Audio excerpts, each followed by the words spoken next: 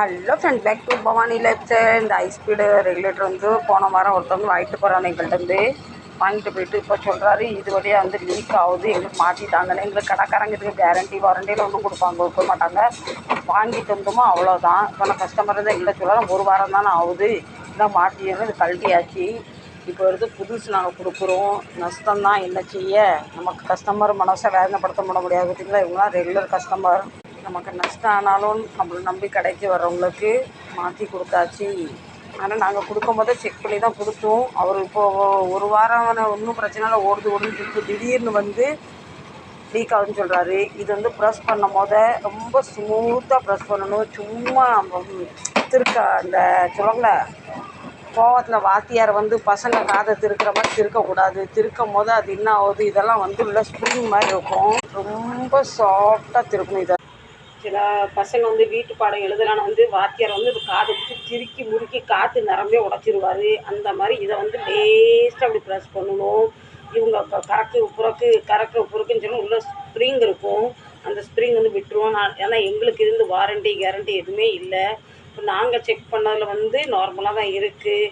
ஆனால் கஸ்டமர் வாங்கிட்டு ஒரு வாரம் ஒன்றும் சொல்லலை. ஒரு வாரம் கழித்து எனக்கு வேறு வேணும்னு சொல்லும் போதே நம்ம உங்கள்கிட்ட பிரச்சனையும் பண்ண முடியாது. நம்ம தொழில் பண்ணுறவங்க, நமக்கு கிடச்சது இதில் வந்து எங்களுக்கு 40 ரூபா லாபம் கிடச்சிது. 40 ரூபாக்காக நம்ம பேரை கெடுக்க முடியாது. சரி, கடவுள் இன்றைக்கி நமக்கு அளந்தபடி அவ்வளோதான்னு சொல்லிட்டு நாங்கள் மாற்றி கொடுத்துட்டோம். இப்போ மாற்றி கொடுத்துருக்கோம் பாருங்கள். நீங்களுமே வீட்டில் வந்து இப்போ ரெகுலர் யூஸ் பண்ணால் அந்த பைப் கேஸ்லாம் மாட்டிட்டு இது லேசாக பூ போல் திருக்குங்க.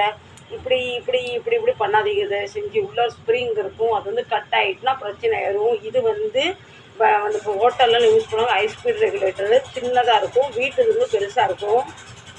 எதையும் தாங்கும், இதையும் சொல்கிற மாதிரி மன வருத்தத்தோட நஷ்டத்தோடு நம்ம வந்து இப்போ இதை எடுத்துகிட்டு, இது வந்து பழசே கிடையாது. அவர் என்ன செஞ்சான்னு தெரில. ஒரு வாரம் வரைக்கும் எப்படி யூஸ் பண்ணார் சொல்லுங்கள். அப்போ வாங்கிட்டு போன மறுநாளே அவருக்கு வந்து லீக் ஆகிருக்கணும்ல. இப்போ இதை மாட்டி கொடுத்தாச்சு. எங்களுக்கு கடைக்காருக்கு ரிப்ளேமெண்ட்ஸ் கிடையாது. இது அவ்வளோதான்.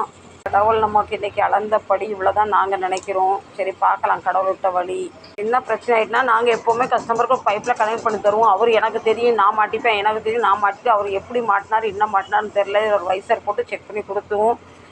சரி, போட்டோம். நமக்கு கடவுள் அளந்தபடி இதுதான். கடவுள் ஒரு கதவை மூடினால் 2 கதவை திறப்பாருன்னு நினச்சி ஆறுதலோட கஸ்டமருக்காக எடுத்து இங்கே வச்சிடலாம். அதே மாதிரி இது வந்து லேசாக அப்படி கீழே விழுந்தாலுமே கொஞ்சம் உள்ளே வந்து கிராச் ஆயிரும். இதை ஒன்று ஏதோ ஒரு மிஸ்டேக் பண்ணிவிட்டு எங்கே தலையில் கொண்டாந்து கட்டிட்டாரு.